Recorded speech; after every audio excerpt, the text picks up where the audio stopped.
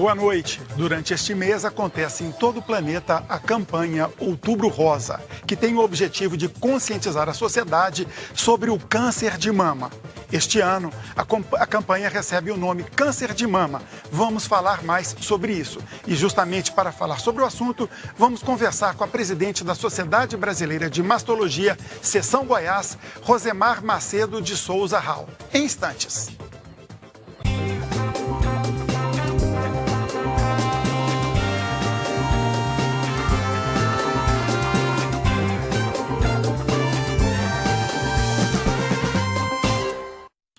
Está no ar o Roda de Entrevista, o seu programa semanal. Apesar da cura do câncer de mama atingir índice superior a 90%, a estimativa é de que este ano sejam notificados quase 60 mil novos casos no Brasil. Os números do Instituto Nacional de Câncer apontam mais de 14 mil mortes por ano.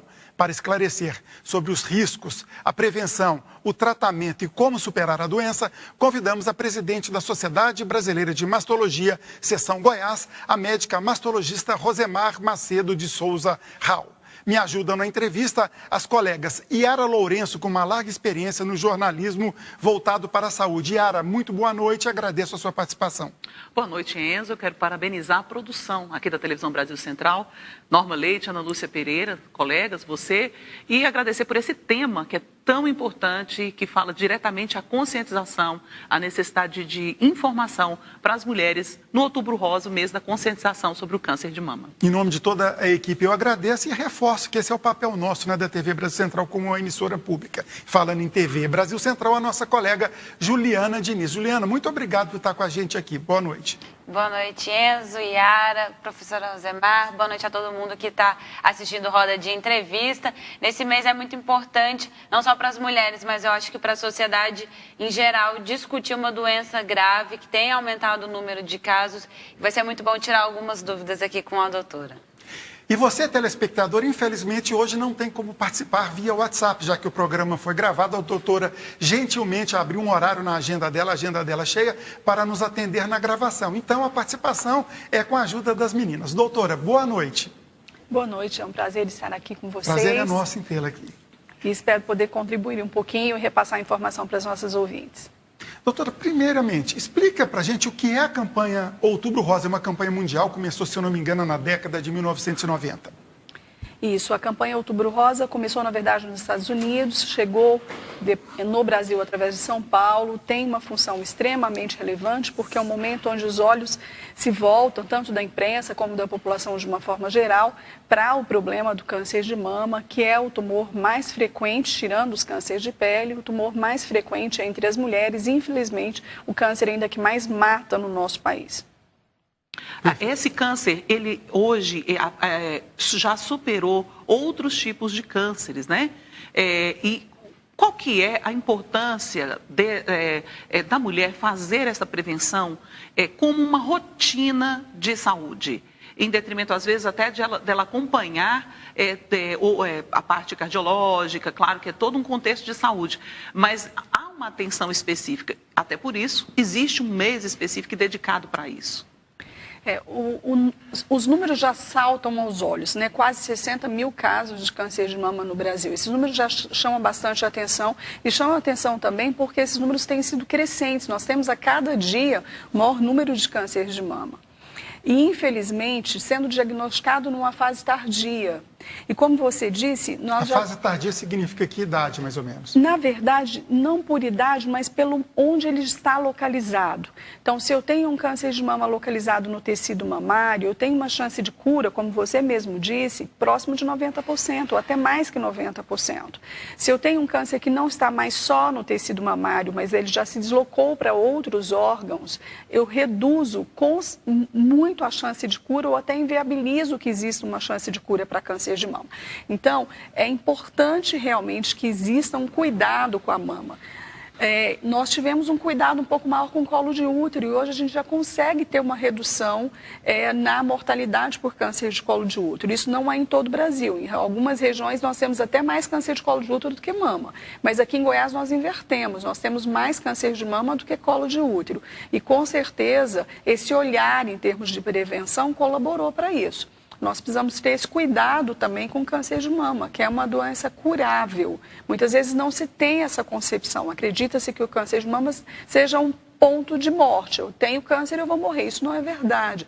É uma doença curável e essa cura se deve muito ao momento que eu faço o diagnóstico. Se eu faço o diagnóstico numa fase inicial, eu tenho uma chance de cura alta e com tratamentos que são muito menos agressivos. Por exemplo, se eu consigo fazer o diagnóstico quando a lesão ainda está dentro do tecido mamário, nem quimioterapia eu preciso. Então, eu posso fazer com que essa paciente sofra muito menos no tratamento, porque com todo o tratamento ele causa um desconforto, mas vai ser muito menor, com que ela volte para a sua vida muito mais rápido e que ela tenha uma curabilidade. Isso depende do momento do diagnóstico. Doutora, queria que a senhora explicasse também um pouco sobre idade. É preciso ter um olhar mais cuidadoso à prevenção do câncer de mama a partir de que idade? É importante que a gente entenda que existem, na verdade, dois grandes grupos para o câncer de mama. Existe em torno de 10% das pessoas que têm câncer de mama têm câncer porque ela recebe uma predisposição para ter o câncer. Isso vem ou da família materna ou da família paterna. 90% das pessoas que têm câncer de mama nascem sem nenhuma predisposição para câncer de mama. Então, vamos falar dessa maioria, dos 90%. Quer dizer, 90% tem um câncer sem que tenha ninguém na família que teve, sem ela nascer com nenhuma predisposição para câncer de mama. O momento para rastreamento do câncer de mama, o momento onde nós começamos a nos preocupar mais é a partir dos 40 anos, que é quando nós começamos a fazer a mamografia. Agora, para o outro grupo, para os 10%, que já nasce com uma predisposição genética para câncer de mama, os cuidados, na verdade, eles são mais precoces e depende da idade que a parente teve câncer de mama. Por exemplo, se a mãe teve câncer de mama com 42 anos de idade, muito jovem, a gente começa uma preocupação maior com a filha a partir dos 32 anos. Então, para esse grupo, onde existe uma predisposição genética para câncer de mama, os cuidados eles são mais precoces. Para quando não existe uma predisposição genética, que é a maioria da população, a partir dos 40 anos com mamografia anual. A senhora está falando em predisposição genética, me lembrei agora o caso da atriz norte-americana, né, Angelina Jolie, que, segundo consta, ela fez cirurgia, retirou os seios, porque teria esse fator genético na família. Explique esse caso para a gente, se é assim que tem que ser feito realmente. O que aconteceu com a Jolie? Ela nasceu como se fosse com uma marquinha mesmo, com alteração genética que colocava uma chance de 70%, 80% dela desenvolver câncer de mama. Nessas situações, é muito importante que o telespectador entenda que são nessas situações onde a pessoa nasce com uma predisposição genética e que nós descobrimos isso através da saliva ou do sangue da mulher, se ela tem uma predisposição genética. Nesses casos, a alternativa é você retirar o tecido mamário e colocar uma prótese. Essa é a melhor alternativa. Nenhum outro tratamento que eu puder oferecer para essa mulher, como uma medicação, por exemplo, porque existem medicações que reduzem o risco, não vão conseguir reduzir tanto o risco como a mastectomia profilática, que é a retirada do tecido mamário. Eu não tiro a pele, não tiro a areola, não tiro o mamilo, eu tiro, na verdade, o interior do tecido, né? E coloco a glândula mamária e coloco uma prótese. Agora, é muito importante que se entenda que existem situações específicas para isso. Isso não é para a população de uma forma geral, mas sim para os 10% que eu disse, que é onde existe uma predisposição familiar para o desenvolvimento da doença. Agora, doutora, qual que é hoje a importância que tem a mamografia nesse contexto que nós estamos falando de prevenção? Há um tempo atrás se focava muito na questão do autoexame. Hoje a gente percebe um foco maior voltado para a mamografia chamada de rastreamento, ou seja, aquela que vai identificar possibilidades de câncer na população. Na medicina nós vivemos de números, né? A gente precisa de provar as coisas para ofertar isso para a população. Então, os grandes trabalhos que foram feitos no mundo mostraram que a forma de você reduzir morte por câncer de mama é através da mamografia. Conhecer a sua mama, palpar a sua mama, perceber se tem algo de diferente, isso é relevante. Mas quando eu consigo descobrir a doença, quando ela ainda não é perceptível aos nossos olhos ou ao nosso toque, ou seja, ela é perceptível na mamografia, a chance que essa doença esteja numa fase inicial é muito maior. Então, quando eu toco a minha mama e já percebo um nódulo, eu percebo algo diferente, essa lesão já cresceu um pouquinho mais, essa doença já cresceu um pouquinho mais. Então, a mamografia funciona como um filtro, como uma peneira, para conseguir enxergar e detectar aquilo que os nossos olhos ou o nosso dedo não conseguem ainda perceber. Então, o autoexame tem o seu espaço, mas se você, em casa, não percebeu, olhou sua mama, não viu nada, tocou sua mama, não percebeu nada, não pare por aí. É importante que você faça a mamografia, porque pode ser que exista alguma coisa dentro do tecido mamário que você não consegue perceber com o toque. E quem vai fazer isso? A mamografia. Doutora, existem casos frequentes de mulheres que possuem cistos nas mamas. Esses cistos, na maioria dos casos, não levam câncer, mas deixam as mulheres mais atentas, né? O que é o cisto? O cisto é uma bolha de água dentro do tecido mamário. Faz parte do envelhecimento do tecido mamário. E é fisiológico, nós chamamos. Ou seja, isso não é doença. Não é câncer, não vira câncer, não aumenta a chance para câncer de mama. Então, cisto mamário é uma situação que acontece no tecido mamário e, na grande maioria das vezes, o seu próprio organismo reabsorve aquilo. É uma bolha de água. Seu organismo reabsorve e ele desaparece. Com uma certa frequência, uma paciente pode fazer uma ultrassonografia em janeiro, encontrar 2 cistos na mama direita, 3 na esquerda. Faz no meio do ano, não tem mais nenhum. Faz no final do ano, tem 10 cistos em cada mama. Isso acontece, isso é fisiológico, isso não tem relação com câncer de mama. Yara Lourenço, você tinha uma pergunta para a nossa entrevistada, a doutora Rosemar Macedo? Sim, Enzo. Eu acho que é uma dúvida que pode ter muitas mulheres. É comum, principalmente no período que acompanha aí o ciclo menstrual, ou antes ou depois, a maioria sentir muita sensibilidade, muita dor, né, nas mamas. Em que ponto essa dor mamária, sem aparentemente nenhuma causa, ela é preocupante e pode a dor antes de qualquer sintoma ser associado com uma predisposição para câncer de mama? Yara, a nossa mama, na verdade, ela tem uma resposta aos hormônios. O que é isso? Os hormônios são produzidos lá no nosso ovário, eles caem no sangue, vão até o tecido mamário e é como se eles ligassem um interruptor na mama. É como se eles fizessem a mama trabalhar de uma forma mais intensa no período pré-menstrual. E a gente pode perceber que a mama incha, isso exatamente por causa dessa ação dos hormônios no tecido mamário. E esse inchaço pode levar a um desconforto e uma dor. Isso não tem nenhuma relação com câncer de mama, nenhuma relação. Várias outras situações podem levar à dor mamária, como o uso de medicação, problema de tireoide, alteração de um hormônio que nós chamamos de prolactina, várias situações. Mas a dor mamária normalmente não tem nenhum link com câncer de mama, não tem nenhuma relação com câncer de mama. A única dor mamária que, se acontecer, você tem que ficar um pouco mais atento, é uma dor pontual, num único ponto, num único local e que ela é persistente. Quer dizer, entra mês e sai mês e está doendo naquele local. Mas essa dor pré-menstrual que aparece e desaparece depois da menstruação, não preocupe, isso não tem relação com câncer de mama. Doutora Rosemar, existe alguma mudança no aspecto físico da mama a partir do momento que começa a desenvolver um câncer? Acho que não no primeiro momento, mas quando ele começa a evoluir, traz aspectos físicos? Isso, quando eu não consigo pegar a doença, descobrir a doença, quando ela ainda está dentro do tecido mamário, ela pode se manifestar. E muitas vezes as pessoas tendem a pensar que é só como nódulo, só como caroço, e isso não é verdade. Então, o que nós podemos perceber na nossa mama que pode ser, não quer dizer que é, mas que pode ser um câncer de mama? Áreas avermelhadas, você perceber que a pele está mais grossa, algum lugar que a pele está funda, fazendo como se fosse uma covinha, ou está estufada, parecendo que tem algo empurrando a pele para fora da mama, o bico do peito sendo puxado, como se ele estivesse sendo tracionado para dentro do tecido mamário, ou seja, mudanças na cor, na textura, no formato da pele, da mama, precisam ser vistos, porque isso podem ser sinais de câncer de mama.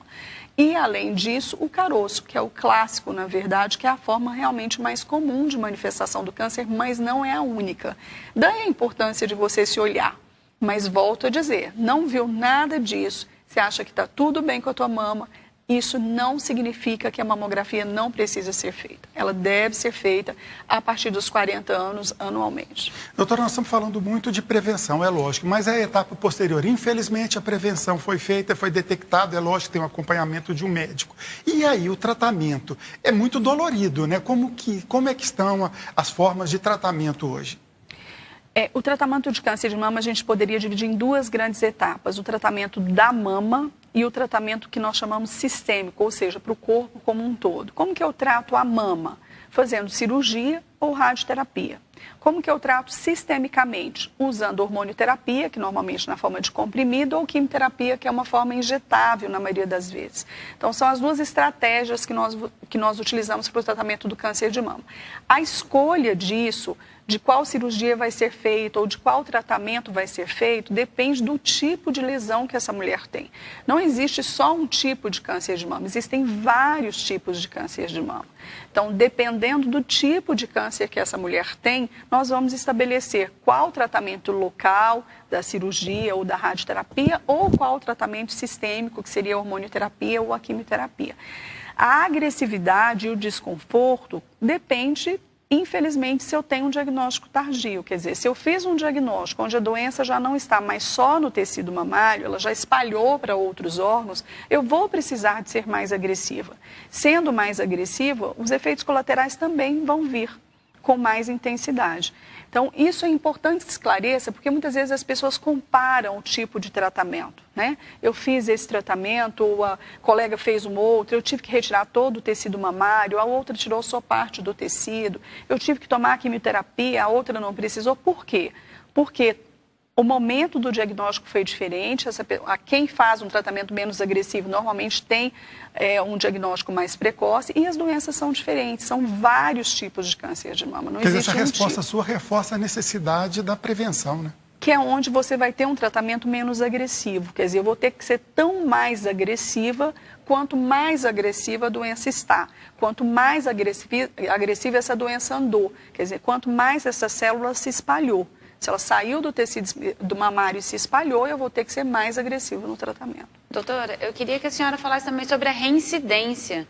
É um tipo de câncer que geralmente um tratamento basta, ou ele costuma se desenvolver depois de um tratamento? É preciso fazer um acompanhamento mais detalhado?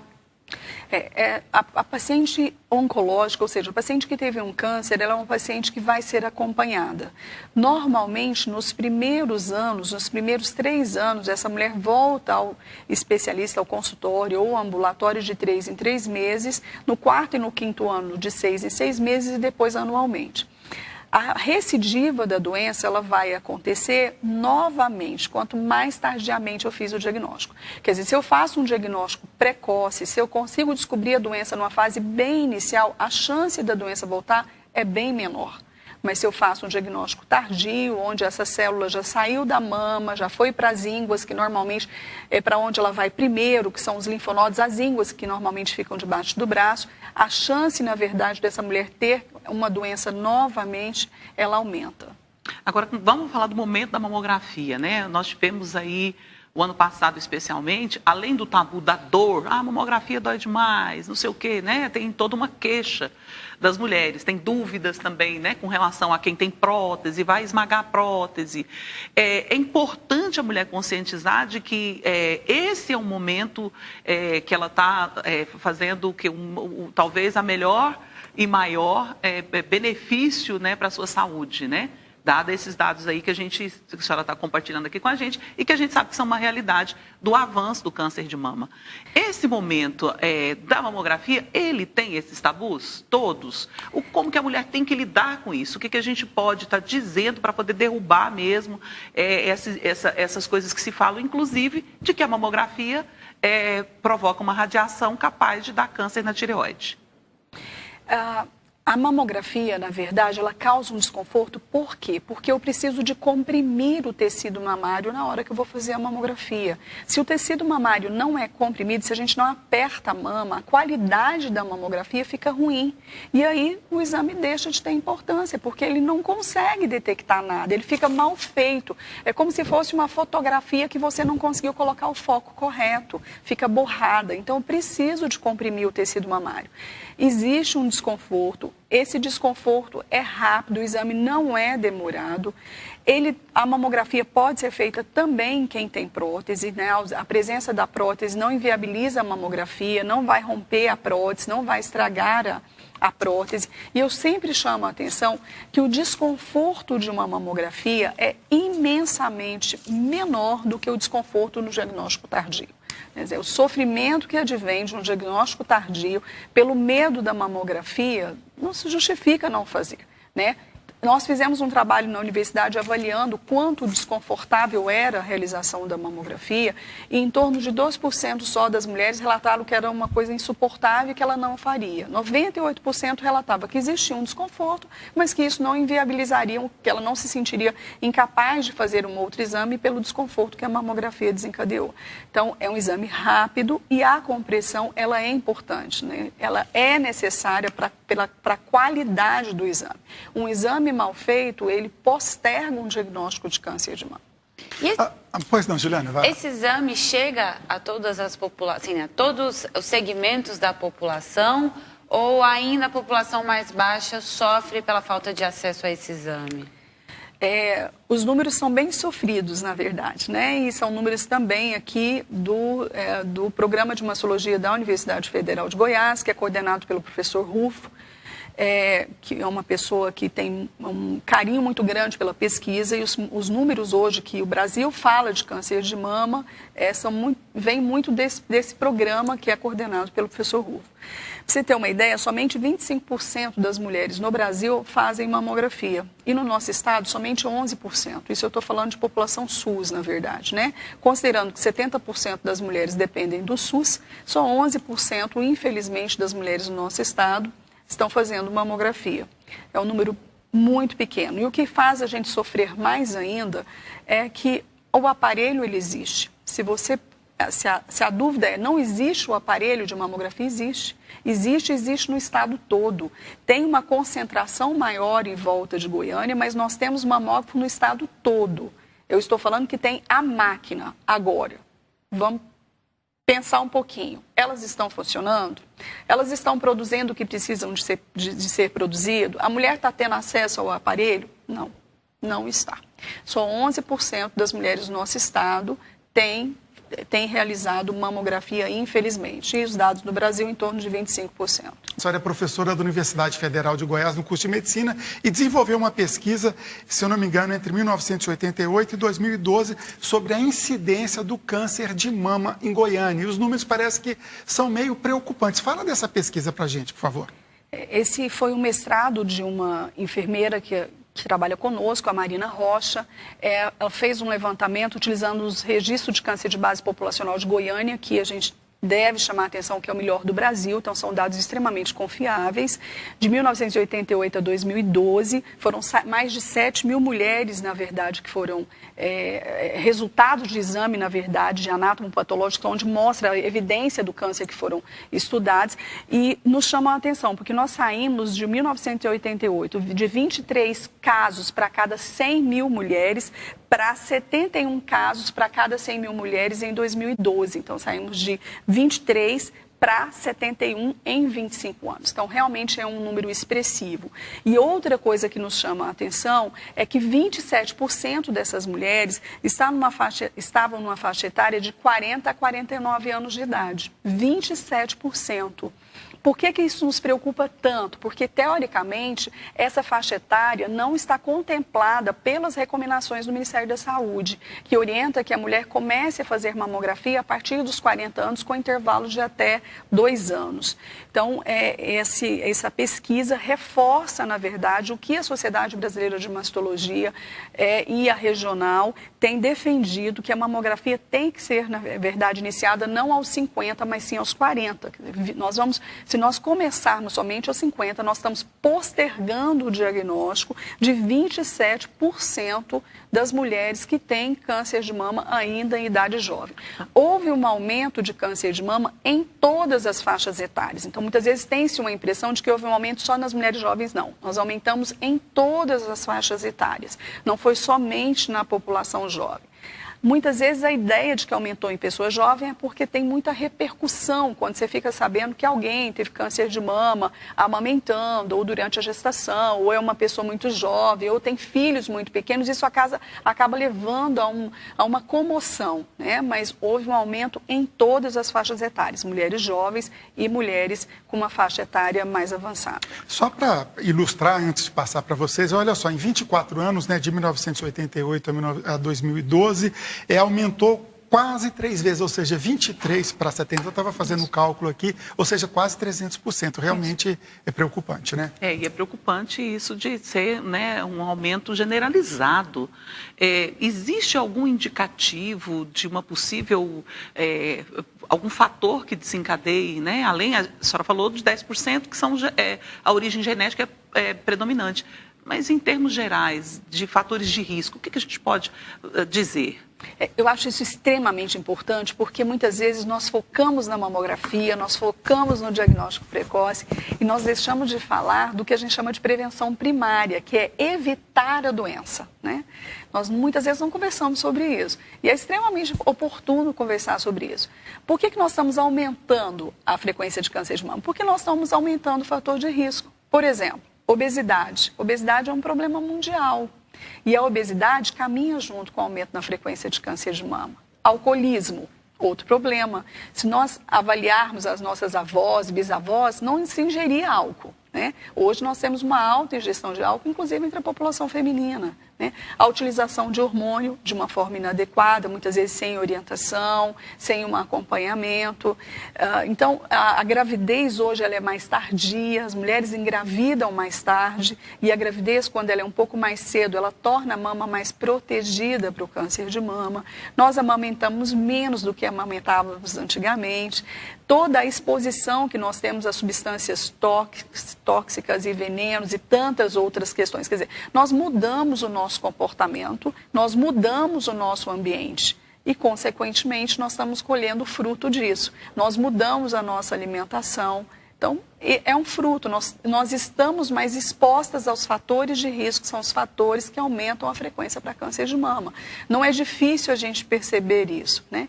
Se você pega as populações, por exemplo, muito obesas, só chamando a atenção para a obesidade, você tem estados nos Estados Unidos que você tem um caso para cada 8 norte-americanas, onde nós temos uma população extremamente obesa, né?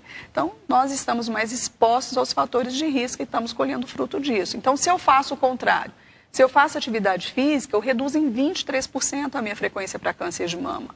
Se eu evito o álcool em excesso, se eu tenho uma alimentação saudável, se eu mantenho o meu peso, quer dizer, se eu vou contra os fatores de risco, eu vou conseguir fazer com que esses números se reduzam. Doutora, a senhora falou de mudança de comportamento e a sociedade hoje vive um novo modelo mais agitado, o estresse está muito mais presente, a questão da ansiedade, da depressão também são doenças que têm crescido nos últimos anos. E existe alguma relação com o aumento do câncer de mama? Essa sociedade estressada, mais agitada, mais ansiosa? Eu desconheço algum trabalho que tenha feito alguma correlação específica entre depressão e ansiedade e aumento na frequência de câncer de mama. Pode ser que tenha e que não seja do meu conhecimento. Agora, a partir do momento em que você não tem tempo para cuidar da sua saúde, em decorrência desse estilo de vida tão agitado como nós temos, nós vamos pagar o preço de alguma forma, né? Como, por exemplo, com as doenças cardiovasculares, que hoje nós temos um aumento importante das doenças cardiovasculares e que matam muita mulher também, né? Então, a relação direta, eu desconheço. Se existe alguma pesquisa, vocês me desculpem, mas eu desconheço. Agora, não ter tempo para se cuidar em decorrência de uma vida tão agitada como nós temos, isso com certeza está gerando frutos negativos, como aumento na frequência de câncer de mama. Queria só chamar a atenção só para aquela questão que eu levantei um pouco atrás, dessa fake news ou desse boato que surgiu especialmente no ano passado, fazendo uma correlação da mamografia com aumento de câncer de tireoide, dizendo que a radiação do aparelho afetava a tireoide, e aí até sugerindo que se usasse proteção, que quando for fazer a mamografia tem que estar protegida aqui a área do pescoço e tal. Isso é verdade? O que a sociedade tem para colocar sobre esse boato que surgiu? Desculpa, Yara, eu esqueci de responder. Na verdade, não tem nenhuma recomendação, nenhuma sociedade internacional, nenhuma sociedade nacional recomenda essa proteção do pescoço. Porque, na verdade, quando eu vou fazer a mamografia, o raio-x, ele desce para a mama, ele não faz curva, tá? Ele não vai para o pescoço. Então, ele desce em direção à mama. Então, não tem nenhuma recomendação, nenhum órgão que faça regulamentação do ponto de vista de proteção radiológica recomenda essa proteção para o pescoço. Você não aumenta a sua frequência de câncer de tireoide fazendo mamografia. Isso realmente é fake news. E no mais, a questão da radiação é como fazer um raio-x. Seria a mesma dosagem ou é muito semelhante, né? A exposição do nosso organismo, ela é temporária, como a senhora mesmo disse, o exame é muito rápido, então isso é um efeito muito, digamos, pequeno para se considerar diante do benefício dessa mamografia. Isso, a dose de radiação ela é pequena, na verdade, diante do benefício. O cuidado que nós temos que ter é fazer com a frequência certa a mamografia, né? Também não justifica você fazer mamografias com intervalos muito curtos sem que isso tenha uma orientação para que seja realizado, né? Porque usa-se radiação. Parte da radiação que nós recebemos em qualquer exame, ele não vai embora, ele fica no nosso organismo, mesmo que pouquinho, né? Então, tem os dois lados da moeda, mas o benefício da mamografia é maior que o risco. Agora, nós precisamos de obedecer a idade de começar a realizar e o intervalo da realização da mamografia. Então, eu não posso achar, eu quero fazer uma mamografia, vou lá e faço. Não, é importante que você converse com um profissional de saúde para que você comece no momento ideal e que seja feito com a periodicidade correta. Fazendo um cruzamento, voltando à resposta anterior, eu gostaria de saber o seguinte, essa pesquisa do aumento de casos de câncer para grupos de 100 mil pessoas entre 1988 e 2012, o resultado de vocês mostrou um aumento aqui em Goiânia. Existe um cruzamento com outras regiões do país, com outras partes do planeta, para fazer esse comparativo? Quando você pega os dados do INCA, né, do Instituto Nacional do Câncer, o aumento está sendo para o país como um todo. Nós estamos tendo um aumento no país como um todo de câncer de mama. Não é uma coisa localizada, não é uma coisa nossa de Goiás. Esses dados, na verdade, eles passam a ser robustos, passam a ser importantes, porque o nosso registro é um registro extremamente confiável, muito bem controlado, os dados são confiáveis. Mas esse aumento, o INCA mostra dados do país como um todo e o aumento é no país como um todo, né? De norte a sul do Brasil, a gente, infelizmente, tem tido um aumento na frequência de câncer de mama. Eu acho importante no Outubro Rosa, né, você falar, colocar o assunto em discussão, colocar lá no perfil das redes sociais, né, o lembrete, a participação dos homens, né, preocupados, os pais, os maridos, enfim, com a questão, usando laço. Isso é muito importante. Isso cria realmente um clima de disseminar essa informação e esse alerta, né, doutora? Aproveitar toda a sua área de influência, né, onde eu tenho poder de voz, né, seja homem, seja mulher, que eu consiga motivar essas pessoas que estão próximas, né, seja homem ou mulher, porque homem também pode ter câncer de mama, né, então que eu consiga, na verdade, influenciar as pessoas para cuidar de si, primeiro para evitar que o câncer aconteça, cuidar das suas mamas, ser atitudes, na verdade, que sejam atitudes positivas no sentido de reduzir a frequência da doença. Fazendo isso, eu estou reduzindo outras doenças, não só o câncer de mama, né? E também estimular para o diagnóstico, se infelizmente ele tiver que acontecer, que é a realização da mamografia. Então, que nós façamos esse movimento positivo, sim, com todas as pessoas que você tem influência, que tem capacidade de convencimento, porque você com certeza pode estar evitando que essa pessoa venha morrer por câncer de mama. Doutora, no bloco anterior, a senhora comentou que o homem também está sujeito a ter câncer de mama. Explica para a gente, por favor. O homem tem uma mama bem menor do que a da mulher, mas ele tem mama, então ele pode ter um câncer de mama, numa frequência muito menor. De cada 100 mulheres que têm câncer de mama, um homem terá câncer de mama. E a preocupação que a gente tem que ter é que se eu tenho um homem na minha família que tem câncer de mama, existe uma chance bem maior de que tenha alguma coisa genética nessa família acometendo outras pessoas. Então, as mulheres dessa família, os outros homens devem estar serem acompanhados, porque existe uma chance maior de que essa doença tenha algum caráter de herança, passando de geração para geração. E o tratamento é igual da mulher? O tratamento é igual, os medicamentos, radioterapia, cirurgia, a gente segue mais ou menos os mesmos protocolos. Agora, importante, além da ampliação dessa política pública de acesso à mamografia, né, a gente lembrar que também no Sistema Único de Saúde tem toda a linha, né, de cuidados para o tratamento e até mesmo para a reconstrução, né, mamária.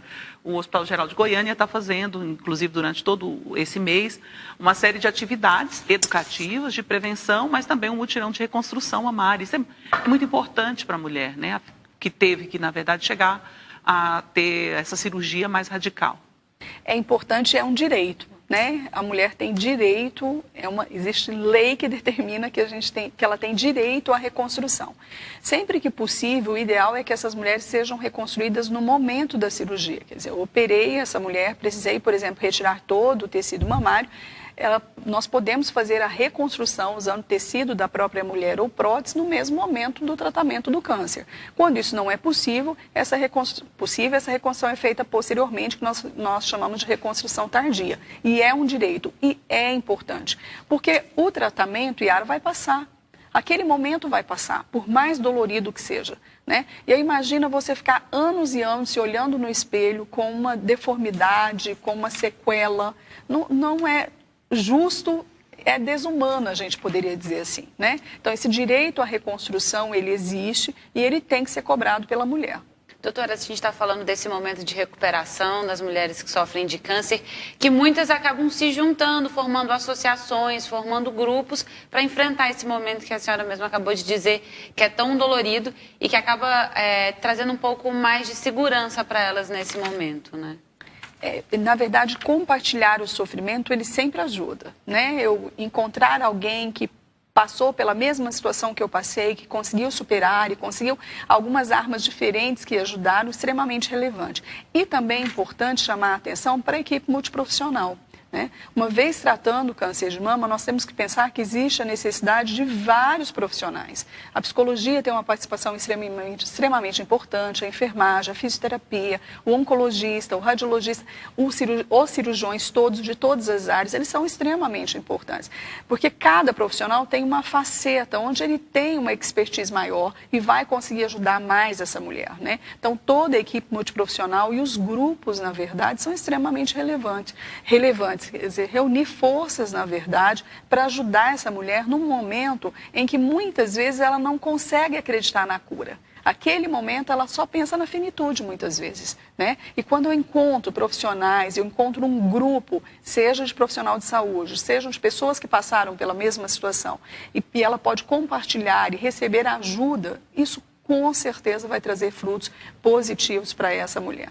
Falando sobre a questão da equipe multiprofissional, eu queria saber exatamente o papel do mastologista. A senhora representa a sociedade, né, de mastologia. Qual que é a importância desse profissional? Porque a gente tem o oncologista, mas tem um específico que é o mastologista para o câncer de mama. O profissional mastologista, na verdade, ele tem um treinamento para tratar as doenças mamárias, benignas ou não, na verdade, né? Não tem uma restrição só para o tratamento do câncer de mama. É um profissional que eu acredito que faz uma diferença muito grande, porque nós estamos tratando de uma doença que é extremamente relevante e que ele tem uma preocupação, e a sociedade tem estimulado isso a todo instante, desde essas ações de prevenção até o tratamento e as reconstruções com relação ao câncer de mama. Mas é importante que a gente saiba também que no estado de Goiás nós temos em torno de 40 mastologistas. Então, as informações com relação à mama é pouco e nós ficamos concentrados muitas vezes, né? Então, a informação com relação à mama, ela não pode ficar restrita a um grupo, ela tem que ser divulgada, né? A Sociedade de Ginecologia tem uma participação importante também, porque muitos dos mastologistas têm como formação inicial, muitas vezes, a ginecologia, né? Então, é que essa informação não fique restrita à mastologia. O mastologista tem uma participação importantíssima, mas é importante que essas informações sejam divulgadas para todos os profissionais do PSF, do clínico que está na atenção primária, do ginecologista e todas as pessoas que de alguma forma estão lidando com essa mulher e chamando a atenção. Ela vai à unidade de saúde tratar de diabético, ela recebe informação sobre o câncer de mama. Ela vai à unidade de saúde fazer uma aferição de uma pressão arterial, só com a idade que a senhora tem, está na idade de fazer rastreamento? Quer dizer,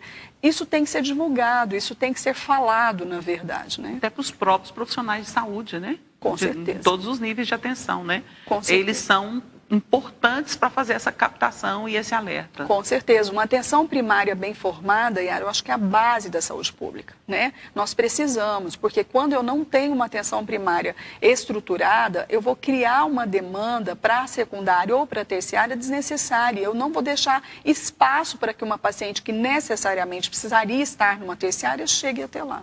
Olha só, a senhora comentou a atenção primária e eu fui elencando aqui. Nós falamos de HGG, Hospital Geral de Goiânia, Hospital das Clínicas da UFG, onde a senhora é professora, Araújo Jorge, que é uma fundação, mas depende de recursos públicos, o INCA, o Instituto Nacional de Combate ao Câncer, a Fundação Oswaldo Cruz e os aparelhos que estão em todo o estado, que a senhora falou. Tudo isso aqui é da rede pública, ou se não é da rede pública, recebe dinheiro do Estado. Eu queria que a senhora reforçasse essa, ou não, né, essa importância do papel do Estado como um agente para a prevenção do câncer de mama. A saúde ela é municipalizada, mas ela tem verba de outras instâncias, né? Então, eu acredito que a administração correta desses valores, ela é extremamente importante, né? Uma vez que eu consigo gerir corretamente esses valores que chegam, aplicar de uma forma adequada, eu vou ter bons frutos disso, né? Acho que poucos momentos na vida a gente fica tão fragilizado como no momento de doença, né? A doença é uma coisa que fragiliza muito, fragiliza aquela pessoa e fragiliza a família como um todo, né? Como toda a família sofre com isso. Então, eu acho que a administração correta do dinheiro público na saúde, ela tem que ser vista de uma forma muito especial, né? A gente espera que isso aconteça, né? Hoje eu fico dentro da universidade, que é uma atenção, na verdade, lá na frente, na ponta do tratamento, mas tem oportunidade também com projetos da universidade, inclusive em parceria com o governo do estado, de fazer projetos com atenção primária. Então, eu acredito que essa integração também ela é relevante. Administrar corretamente é importante, mas você também interagir os setores, a universidade, a atenção primária. Quando as coisas acontecem de uma forma globalizada, bem administrada, tanto do ponto de vista financeiro, como do ponto de vista da gestão das pessoas que estão fazendo a coisa acontecer, vai ter benefício. Vai ter benefício para quem? Para a população, né? Que é quem está precisando lá, quem está lá na ponta, quem sofre, na verdade, com uma desorganização em termos de saúde. Quando eu falei, eu disse Estado, mas na verdade eu quis dizer o poder público de um modo geral, tá? Mas sem a ação do poder público, com todos os problemas que a senhora apontou aí, seria uma guerra mais difícil essa que vocês travam todo dia no combate ao câncer?